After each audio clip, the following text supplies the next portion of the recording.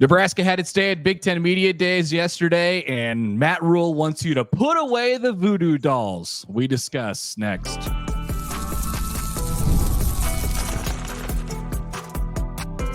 You are Locked On Nebraska, your daily Nebraska Cornhuskers podcast, part of the Locked On Podcast Network, your team every day. Good morning, and thanks for making Locked On Nebraska your first listen every day. We are free and available wherever you get your podcasts and on YouTube, part of the Locked On Podcast Network, your team every day. And today's episode is brought to you by Gametime. Gametime. Download the Gametime app, create an account, and use the code LOCKEDONCollege for $20 off your first purchase. Terms apply. All right, good morning from Indianapolis and Lucas Oil Stadium. You can hear the music in the background. We got some ambiance. I have gone from the mountainous backdrop of San Diego to a depressing hotel room, and now I am in an NFL stadium. Mitch Sherman from The Athletic here, Connor Happer, 1620 The Zone, alongside me as always. It is Big Ten Media Days. Nebraska was on the stage on Wednesday. It is Thursday, the final day of this event. We will have Oregon, Minnesota, Maryland, Washington, Indiana, and Michigan up today. On the agenda for this show, Matt Rhule on Wednesday was a confident football coach, Connor. To me, that was the big story with the Huskers. He and the players, Ty Robinson, Ben Scott, Isaac Gifford, who were here in Indy on Wednesday, did not apologize for taking some of the spotlight. I thought a year ago there was a bit of that sentiment from Nebraska. It was about earning respect. Now the vibe from Nebraska is that it deserves respect in this conference. Is that what you took away from watching this event? Yeah, I mean, assuredly confident, first of all, and no doubt about, and they're putting in the work to kind of, get that respect and say, hey, look, we deserve this. They come out a day early. They go to the Pat McAfee show and record that. That goes on TV right after Rhule gets off the main stage of Big Ten Media Days. And so I think they know that that's part of the deal, and they embrace that piece of it, which not all coaches do. And so I think that's a really big piece of it, and they think they're going to be good. Rhule thinks they're going to be good. I think part of it is obviously trying to instill confidence in your team, something that they haven't had around the program, in a long time. But I mean, they have a lot of things going for it. Obviously, they think that, he put numbers near on the turnover margin thing, minus 17 last year. They want to get it to +7. He said confidently that when we make a bowl game, they're going to have 30 plus graduates on the team. And no doubt it's a confident guy and a guy who thinks Nebraska is one of the main big brands in the Big Ten. Just a 24 turnover swing is all they're looking for in 24 for 24. The drive for 24. This could be like the drive for 25 with Iowa a year ago, and the point total that it needed. If Matt Rhule can get to plus 24 on the turnover from a year ago, then his future is secure in Lincoln. Is that what we want to go with as a theme for the Nebraska football season in 2024? Yeah, I think the Iowa people would tell you that became a bit cumbersome last year. All the talk of getting to 25 points a game. So maybe not, but the idea is kind of the same, I guess. Even if Nebraska, and Rhule said this later in his side podium session. So the way this works is the coaches get about 15 minutes on the big stage that I'm looking at right now, and Dan Lanning will be up at 11:30 Eastern time as the first coach.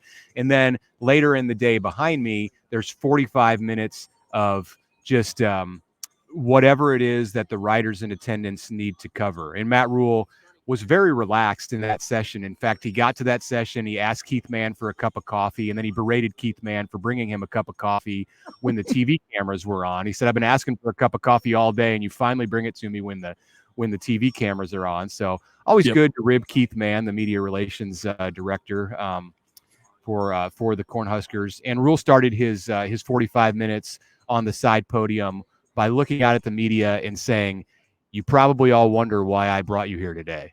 And we were off from there. So some humor to begin, and a lot of insight from Matt Rhule about where this thing is headed in 2024. He portrayed confidence on the main stage, and then I think on the side venue, the side podium, he explained why he's confident.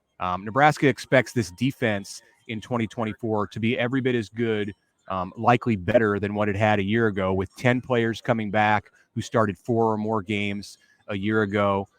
So the defense under Tony White is a constant in the Nebraska football formula. Offensively, he basically went through it position by position and explained why this is going to be a better team, because the wide receiving core is completely different with Jamal Banks and Isaiah Nair, and now Carter Nelson officially as a wide receiver. Let's stop there for just a minute and talk about the fact that Rhule said his true freshman tight end, who was a top 100 recruit a year ago, picked the Huskers over Georgia, Notre Dame, and others, is going to start his career as a wide receiver. I think their added depth has allowed them to play around with some pieces that they just think can be difference makers. And that's what Rhule said about Nelson. He said, I just think he's a difference maker. Basically, I want to get him on the field. I mean, that's the translation of that. It's the same thing. I view it in very similar ways with Heinrich Harburg. Like he's a difference maker. We just want to get that guy on the field, although he didn't talk about Harburg in that way yesterday. And he did all this, by the way, without dumping praise on top of Dylan Raiola, which we could talk about as well. But yeah, I mean, their added depth here is going to give them the opportunity to play around with some different chess pieces and move them around in different ways. So am I excited to see the gigantic, man-child from Ainsworth in the slot, doing a whole bunch of different stuff? Yeah, that's exciting to me, especially when there's not a whole lot of pressure on him to actually produce this year. That sounds like a good picture to me.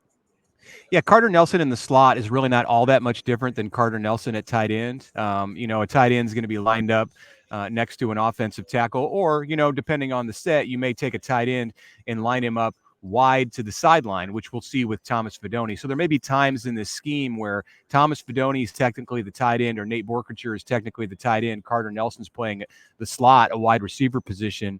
But one of them is the wide receiver is much closer to the line of scrimmage. So in some sense, it's just a matter of the way that they label the positions. Rhule said that when he recruited Carter Nelson, he told Carter that they would create a position for him. And that's essentially what they're doing here in his true freshman season. This is a bid to be able to get him on the field sooner and get him more playing time early in his career. So yeah, that makes a lot of sense. Coming from the 8-man game, you don't want to throw too much at this guy, but also he's too talented to sit on the bench and redshirt this year. No doubt about it. And I think, like I said before, talking about how much better the offense is going to be, and doing so without, and in some cases saying like, hey, look, I don't think, he said this exactly, basically, like, I don't think the offense is just going to be better because we have improved quarterback play. I think we'll have improved quarterback play, but that's not the only reason I'm looking at it. I think people look at this offense and they're like, well, if you get Heinrich Harburg and Jeff Sims out of there and you put a 5-star quarterback in there, bang, your offense gets better. He clearly understands that will be the narrative about this team when the offense is better this year. But I think they've done a lot of hard work in adding to the wide receiver room and building that thing and getting a year older and better on the offensive line and just kind of being more of a complete picture on offense. So he did so all with that. I mean, he was held to it a couple different times. Like, hey, what do you think? How do you make the decision on your starting quarterback? And the line he goes to every time is, let me just tell you that Dylan does everything right. And they'll make that decision when they get to that point. Now, he's going to be the starter, but he's doing all this without heaping praise on his 5-star freshman quarterback, which I think is, I mean, they're keeping the mystery alive at least a little bit. Yeah, Raiola's name was hardly uttered by Rhule. Very little talk. He really shut down any questions that veered in the direction of the quarterbacks. Now, Isaac Gifford did talk quite a bit about Rhule on his side podium and the poise that he's seen from the true freshman quarterback in this offseason, the players around Dylan Raiola. And I think that was a question coming in to Nebraska, because Dylan Raiola was not a part of this recruiting class through the entire lead up to the 2024 prospect signing. He came on at the end. There could, in the wrong kind of scenario, the wrong kind of locker room situation, there could be jealousy directed at a player who is a 5-star and the son of a former All-American and is really getting all of the attention, or so much of the attention, when others have thrived in the program for 4 and 5 years. But Gifford and those who spoke about Rhule at media days on Wednesday, they heaped him with praise and said he's done all the right things. He's putting in the work. So I think that was encouraging to hear. We'll find out a lot more when this thing gets started. Nebraska's going to have an open practice on August 3rd. That's going to benefit the collective. And, the hope is that we in the media also are going to be able to see that practice. You don't want to open it to the public and have the media sitting on the outside, depending on listening for tweets about what happened. So as camp gets going, I think even early in camp, we're going to get a sense of how Dylan Rhule fits into this thing. Rhule did say on Wednesday that as things start to become clear with the quarterbacks, they may not name a number one quarterback, but they'll skew the reps in practice in order to serve the situation well. So I don't know that we're going to hear anything as far as a pronouncement until maybe the week of or the week before the UTEP game. But you're going to know if you're around practice based on the way that reps are being distributed. And my guess is, Mitch, it'll be quiet. It'll be understated. It won't be like this whole thing where he's sitting in a throne and it says Rhule era or something like that. It'll be like, he'll come out on a Thursday before the game and he'll say, yeah, I think we're going to start Dylan. Dylan's going to take the first snap and then we'll be off and running in the Rhule era. So that's their style. Let's take a quick timeout. We want to introduce you to a new coach in the Big Ten coming back. Also, Matt Rhule commenting on potential incoming roster limits for the Big Ten and more. We'll be back with that. But a reminder to please subscribe and follow on Twitter at LockedOnNEB, at Mitch Sherman on Twitter, at Connor Happer as well. You can email us as well, lockedonneb@gmail.com. We'll be back after this.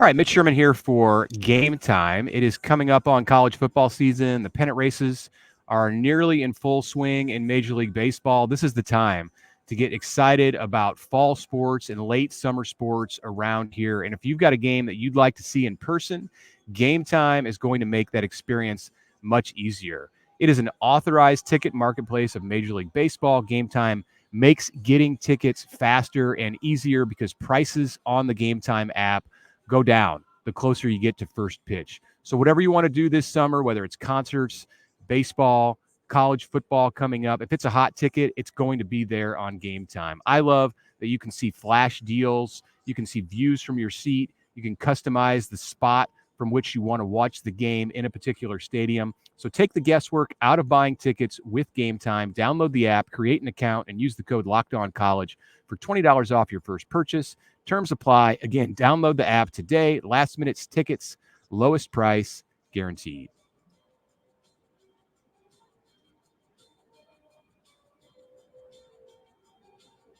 All right, we're back. There's Mitch Sherman live from Lucas Oil Stadium, the home of the Big Ten Championship for another few years at this point.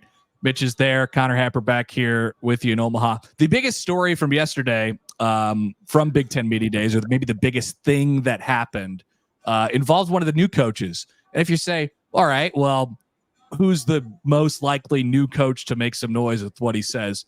It's probably Lincoln Riley, right? Lincoln Riley is a guy that Absolutely. The media flocks to and they have questions for.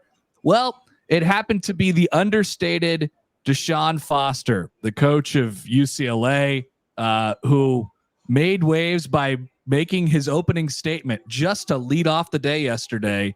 We're going to play this for you because I can't get enough of watching it. I just really, really enjoy it. We'll talk about it a little bit afterwards, but here's UCLA head coach DeShaun Foster taking the stage at Media Days yesterday. Any questions? In a second. I'm sure you guys don't know too much about UCLA, but our football program, but we're in LA.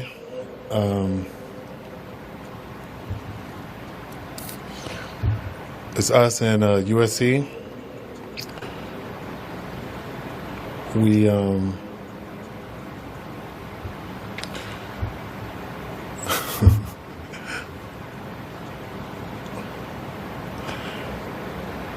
just basically excited, really. That's it. Any questions? Wow. He's just excited. That's all. Seems excited. He seems excited, doesn't he? It turns out that DeShaun Foster is a lovely guy to talk to. And, I saw that written a lot yesterday for media days as he did his side session. And I watched a lot of his video, and, he has big picture thoughts on some stuff, but he is a little bit of a fish out of water in this situation. He's joining a new conference, and he's a first time head coach. But man, we remember when Scott Frost didn't make an opening statement a couple of years ago. DeShaun Foster may have just topped it. How do you top that? I mean, I think he did. I think he truly did top it. That's tough to do. Scott Frost basically had no opening statement, and that was also the case with DeShaun Foster. He had no opening statement, except he attempted to make an opening statement by letting us all know that the UCLA they're in Los Angeles, Connor. I know that it's new to the Big Ten. The Bruins are, but this off the map, obscure college, UCLA, they play they set up camp in Los Angeles, California. So there's a history lesson or a geographic lesson for everyone here at the Locked On Nebraska pod. I saw him going back and forth with the Iowa media at one point. He realized that the Iowa media was asking him questions, and they were asking, and he was like, he asked him at one point, he's like, what do you guys know about UCLA? Because they asked him what he knows about Iowa. And they were just kind of going back and forth. They just mentioned one thing after another. Yeah. It's like, hey, John Wooden, I mean, we do know about UCLA out here in the Midwest. We've heard of it outside of, just the walls of LA. Good stuff there. Always a classic at Big Ten Media Days to get a coach, biff in the opening statement a little bit. Let's go back to some pressing things Nebraska's way. And we haven't talked about this yet, Mitch. The voodoo doll comment. I know I have it written in the breakdown here. He mentioned that Nebraska is a program that is not cursed. It's people have said this a lot over years. It's not cursed though, and it's time to put the voodoo dolls away. It's time to just get better at football, which I love the sentiment on that one for sure. Yeah, that was a subtle reference to anything related to a curse. We did have Frank Solich last year when he visited Nebraska, removing the curse from the stadium or wherever it existed in folklore.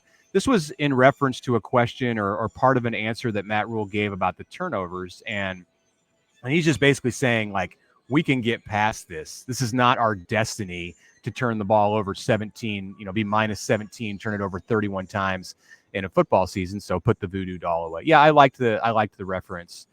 So we're gonna get past this part of the offseason in just a few days, because the camp opens in Lincoln next Wednesday. On Tuesday of next week, we're gonna hear again from Rhule. And several players, maybe some assistant coaches in Lincoln as things get going. And, one of the things that's going to be on people's mind as 120 players report to camp is a look down the road at the future. Some news came out on Wednesday that was confirmed here by various administrators and coaches in Indianapolis. The roster limit that will hit college football in 2025 is going to be a 105. It's not going to be 115 or 120, which would have been the preference of a school like Nebraska that currently has a roster above 140. There's going to be a cap at 105. Now, we don't know all of the details. Will you be allowed to have injured reserve? Will you have a taxi squad? Can there be out-of-season additions where you just declare your 105 on July 31st or whenever camp opens? Yeah, all that stuff needs to be worked out. Rhule brought up the case of Demetrius Bell, who is a valued player in the program, but is out for the season with a knee injury. Will he count in the 105 in a future scenario? All of this it needs to be worked out. It's very interesting, but it represents a major change for the way Nebraska structures its program at this moment. To answer that question, I can't imagine so, right? Because if you're hampered to the 105, if you're tied to the 105 and you got 15 guys out or something like that, you just have to deal with it, I would have to imagine that there would be some sort of practice squad, taxi squad, injured squad, whatever it might be, that could really, and then as Rhule mentioned, you could kind of manipulate the numbers however you'd like to manipulate them. What is a walk-on? Can we mess with this in a certain way? So the walk-ons in the actual way that we look at them right now are gone. But I think there's going to be ways to maneuver around the 105 depending on how it looks. So I think that number is lower than the Big Ten wanted. I think that number is lower than what Nebraska wanted. But I think they'll adjust as they always do. Yeah, something else, another kind of house cleaning topic is the issue of expanded coaching staffs. And I talked to Troy Dannon about this a couple of weeks ago, and he downplayed the topic and said that Nebraska's not going to add coaches to add coaches, and there's a real value among players in being coached by the same coaches who recruit you. And then Nebraska went and hired Jamar Mosey from UCF as an analyst. He's going to work with offensive skill players. There have been some other additions this offseason that have gone a little bit under the radar. Rashawn Melvin was a corner for Matt Rhule, who with the Carolina Panthers. He's now a member of this staff and is going to work with the secondary. You have Iris Savage Lewis, who came out of the Texas high school ranks, is going to work with the Nebraska defensive line.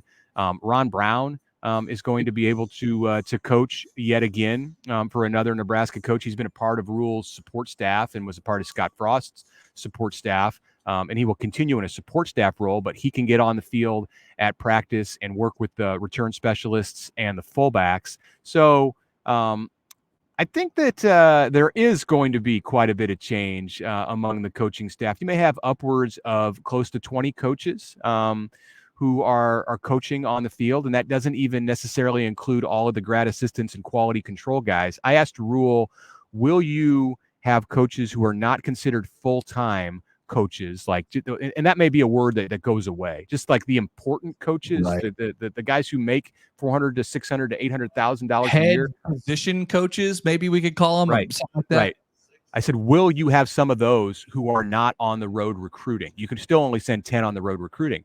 And he gave a one-word answer, and he said yes. Mm-hmm. So I don't think you're going to see a full-blown recruiting staff that's different from the Rob Dvoracek and Terrence Knighton group among the staff, but you certainly could see like Donovan Raiola or Marcus Satterfield left off of the 10 coach limit for a given year, and then put someone who is an analyst or an assistant wide receivers coach out on the road as a recruiter. Yeah, he said they want to make it into a place where they basically have two coaches at each position, two kind of full-time coaches at each position. Mm-hmm. And yes, he also mentioned that they've brought in, over his time coaching, 15 high school coaches. So they're not going to do it in like the sexiest way possible, but and it's not about recruiting either. It's just bringing in good coaches, and they go off and do other things. One more thing before we get out of this segment here. Recruiting. This is not out of Big Ten Media Days. Nebraska is all of a sudden trying to beef this weekend up with a couple of the biggest targets left on the board, or maybe the biggest targets left on the board. David Sanders, they appear poised to bring him in or get a visit from him. And Michael Terry, another 5-star athlete, and Sanders is a 5-star offensive lineman, the best in the country. Mitch, just quickly, how big of a deal? I mean, that 2 5-stars, to round out the summer is pretty good deal for Matt Rhule and company. Yeah, this would be massive if Nebraska could land one of these players. If Nebraska lands both of these players, they are head and shoulders the faces of this recruiting class, right? And this is, with Sanders, this is absolutely a directly related to Dylan Raiola becoming a part of the program in the last year. Sanders would not have visited Nebraska, I'm certain, if he had not been recruited by Dylan Raiola to come in and be his protector after one season at Nebraska. So we'll see where this goes. Nebraska has its barbecue event this weekend. A bunch of 26 and 27 class prospects will be in, but 2 big ones from the 25 class to watch, both of whom who have already visited Nebraska. If they come back for a second time, could there be commitments around the corner? And then the wait would begin until December, when these guys actually have to sign letters of intent. It's not over. Believe me, it's not over with David Sanders and Michael Terry if Nebraska's fortunate enough to gain commitments from one or both of these guys here in the near in the near future. So, all right, coming back, we're going to talk about another offensive tackle, one who's in the program at Nebraska as our countdown of important Huskers continues toward number one. But first, if you are watching TV all day and have to turn down the volume with all the shouting, make sure that you make the switch to Locked On Sports Today. It's a free 24/7 sports streaming channel programmed for you every day to bring you the biggest sports stories without all the screaming. Locked On Sports Today delivers can't-miss analysis, opinions, and news, streaming 24/7 on YouTube or the free Amazon Fire TV channels app. It's part of the Locked On Podcast Network, your team every day.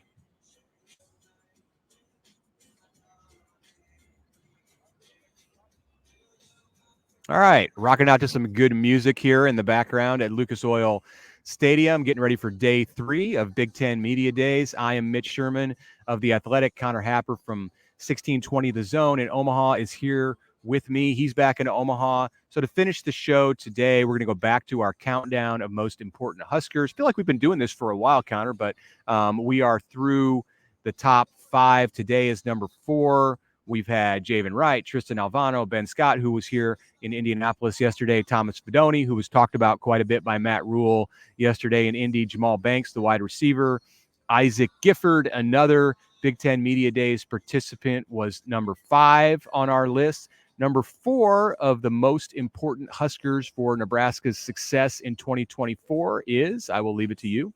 We're gonna go with Teddy Prohaska. Now, this is an interesting. This is where it gets really serious, by the way.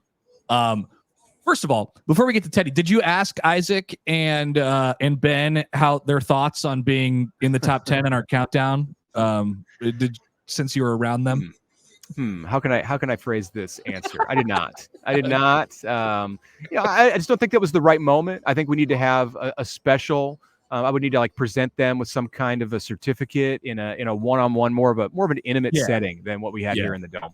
Do it in private. Good move. Teddy Prohaska is number 4 on our list. I mean, we're talking about a guy that even through injuries here, Nebraska fans, I think, think about that really, really short stretch in 2021 where he kind of changed the look of Nebraska's offensive line.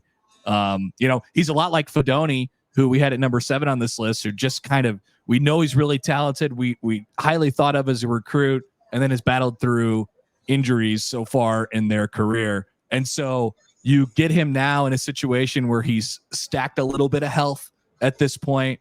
And when he's in there, we've seen it. It changes the look of Nebraska's offensive line. When he's out, it throws some guys into positions that aren't comfortable. It throws Turner Corcoran into a spot where he's really being depended on at left tackle, and then some younger guys in at probably right tackle. So it's a linchpin to this offensive line that we all think is going to be a strength this year for them. But if he's not in there, it becomes a big loss. So his importance cannot be denied, I think. Yeah, this is the second offensive lineman we've had in the group. We mentioned Ben Scott, and I think that speaks to the importance of the offensive line. Of course, it's an important position. But to say that 2 of the most important 10 Huskers play up front on offense, I don't think that's a stretch. No. I think that's how significant that group is for Nebraska's success. We talked about how the defense is the constant in this formula for Nebraska. The offense is the variable. The offensive line, that's the one part of the offense where I think Nebraska knows what it has. So that group, in order for the entire unit around it to perform, that group's got to be the steadying force. And there's no more important position on the offensive line in football in general if you throw the ball than the left tackle. Teddy Prohaska is going to be protecting Dylan Raiola's blind side, and he can't get hit. He can't get hit too much in the Big Ten as a freshman or at any point in his career. That's why they're so excited about the potential of recruiting David Sanders, who we mentioned in the last segment, the number 1 offensive tackle in the country in the class of 2025, because of the importance of that position. That's why left tackles go number 1 or number 2 in the NFL draft. So running a pro-style offense, your left tackle all of a sudden becomes the most important piece of that offensive line. And we can't stress enough how much they need Teddy to stay healthy, because as you alluded to, Connor, if he's not, then the pieces start to fall that destabilize the entire 5-man unit. I love Turner Corcoran as a kind of a swing guy who could play a bunch of different positions and be that. I like him at guard. I like him at guard. I like him to mix out at guard, be that 5th, 6th swing offensive lineman. I don't like him as Nebraska's left tackle. And that's pretty, like, I think we've seen that at this point, where I like him a lot less anyway. So that tells you, that's just one example of how important Prohaska is, but not only what he means for the depth behind him, but he's a really, really good player when he's healthy. And so it changes the look of the offense. And, I think what he does in the run game, we talk about the blind side of protecting in the pass game, but, he could be a bit of a road grader at times as well. Nebraska will probably, need some help going in the run game this year. Their ability to do some different things on offense will help its run game. But you need a big left side of that line to run behind. And Teddy Prohaska is, the biggest. He's 6'10". He's a mountain. Final thought. Final thought here from Indy on the offensive line. And Ben Scott expressed this feeling on Wednesday when he was visiting with some members of the media. He believes they can go 9 players deep on the offensive line. And a lot of years there's talk about that. Hey, our second unit can come in and we don't miss a beat. And then you get to the season and that just is not the reality. This is a year where I think between, so you have Prohaska, you've got Justin Evans at guard, you have Ben Scott, you have Henley Lutovsky at guard, and then you have Bryce Benhart at right tackle. That's potentially your starting group. And then Micah Mazuka as a transfer from Florida.